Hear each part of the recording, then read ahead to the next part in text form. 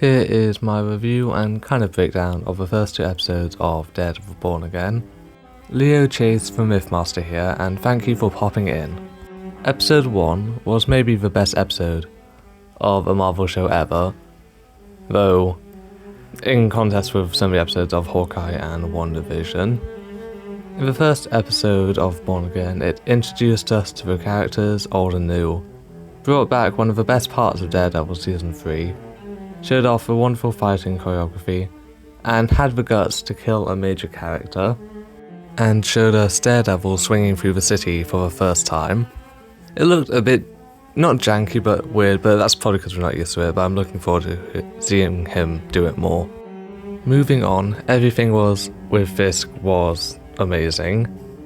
Vincent D'Onofrio is maybe the best casting of all time, as he plays Fisk perfectly. At least his Kingpin is what I see as Kingpin. And the same goes for Charlie Cox's Matt Murdock and Daredevil. Their scene together in the diner, well, it was brilliant, and it perfectly showed their dynamic to any new viewers, as well as sending shivers up the spine of anyone who watched the original Daredevil show. Their absolute hatred of each other, but not dependency on each other, but they admitted it was nice to see the other because it's something familiar for them.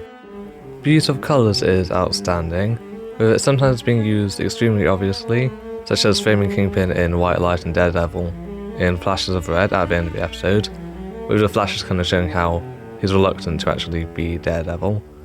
And it can also be more subtle with Fisk choosing a grey suit, rather than the shadowy black he wore when he was doing undercover stuff in Season 1. Well, grey for when he was running from there, which I'm pretty sure he did in Daredevil Season 1.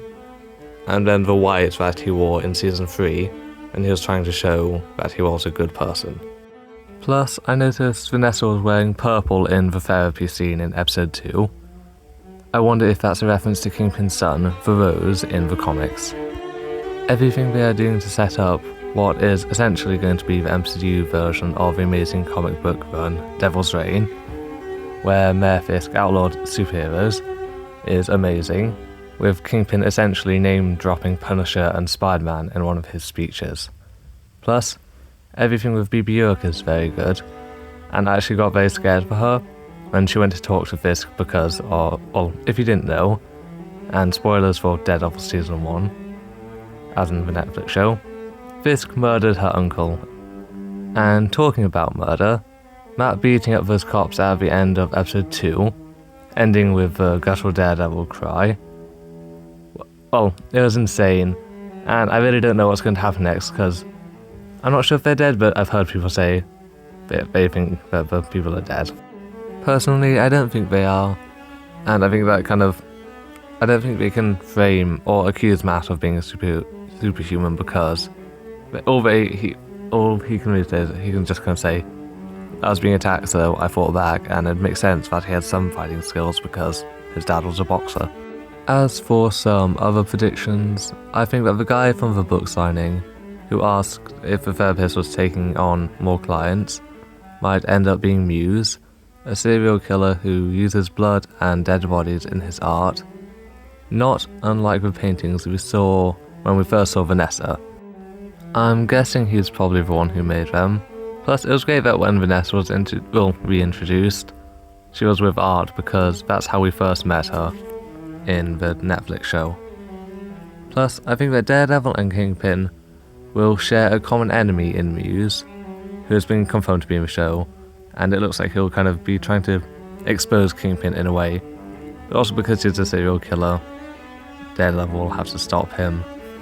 And I think and hope that Bullseye will return, and maybe even go after Vanessa, because I think I can say spoilers now because it's kind of the biggest spoiler, and I'm guessing you've seen it.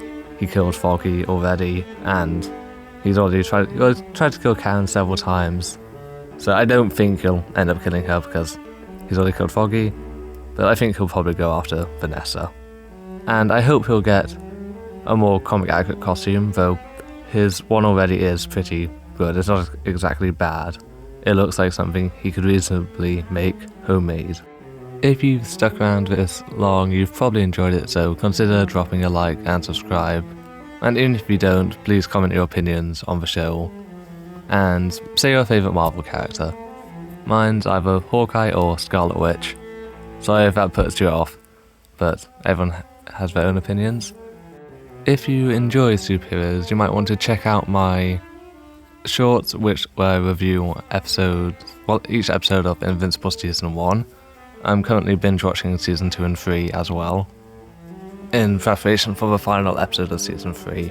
Plus, you could check out my Phoenix Champions playlist, with the Phoenix Champions being my team of superheroes, who I'm writing a book series about. Have a good day, and ta-ta.